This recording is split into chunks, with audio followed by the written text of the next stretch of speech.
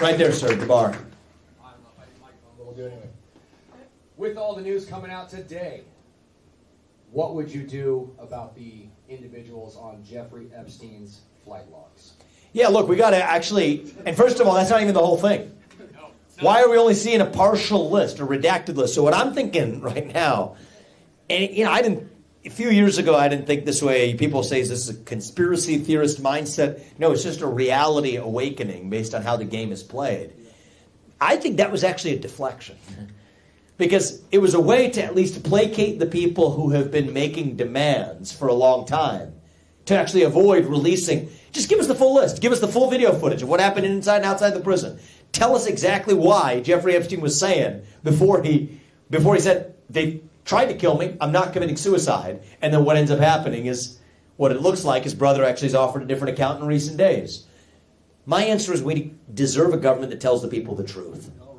Lay out the full information, not the partial list, not the redacted list. Why do you need redactions? List the whole thing. We, the people, deserve the truth. We have a government that has systematically lied to us. From the truth of, all the way, it goes back, these are third rails you're not supposed to touch. The truth about Saudi Arabia's involvement in 9/11, all the way to the basis for the war in Iraq, all the way to the basis for the 2008 bailouts, all the way to the Trump-Russia collusion hoax that never was. The Hunter Biden laptop story we were told that was false on the eve of the last election, absolutely true. To the origin of COVID-19, which absolutely did begin as a man-made virus in a lab in Wuhan, which would have been censored if you said as recently as 2.5 years ago. Weapons of mass destruction in Iraq, that's what I was referring to, the basis for the war in Iraq. All the way to how our money's being spent in Ukraine, the truth about what happened on January 6th, which we still don't know. Well, but the extent to which and how, tell us the details, release the video footage. All the way to the Nashville Transgender Shooter Manifesto, which they refused to release. Every other shooter manifesto released except for that one until it got leaked. All the way to the Jeffrey Epstein client list. We deserve a government that tells the people the truth again. And if there's one thing I can promise you as your U.S. president, we will tell you the truth not just when it's easy, but when it's hard. Tell you the truth when it's ugly. That's how we actually rebuild trust in this country. You want to know something? If you want somebody who's actually going to get in there and speak truth to power, start by voting for somebody who's going to speak the truth to you. There's a reason why I'm the only candidate in this race who can say these things. It looks like January 6th, just look at the facts, it does increasingly look like it was the product of government entrapment. That's what it looks like. That the client, Gretchen Whitmer, we actually know that was entrapment because it was actually proved by a jury that acquitted 3 of those people. There's a systematic underbelly of the administrative state, the deep state, and the law enforcement apparatus in this country. The only person who could tell you the climate change agenda is a hoax because it has nothing to do with the climate. That the carbon capture pipeline making its way across half this state, including the western and northern part of this state, using eminent domain to seize the land of innocent farmers, is based on incorrect, false, illegal premises using eminent domain to steal the land from innocent farmers.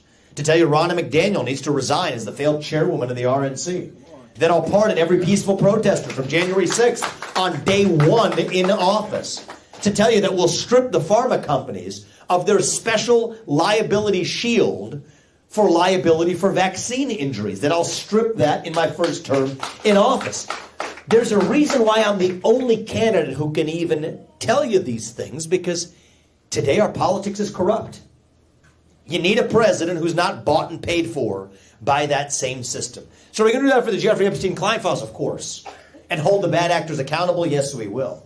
I've said my first term in office, first days in office, any government actor who has tried to pressure a private company like a tech company or a bank to do something through the back door that the government couldn't do through the front door, we will publish it and we will hold the bad actors accountable to the fullest extent of the law.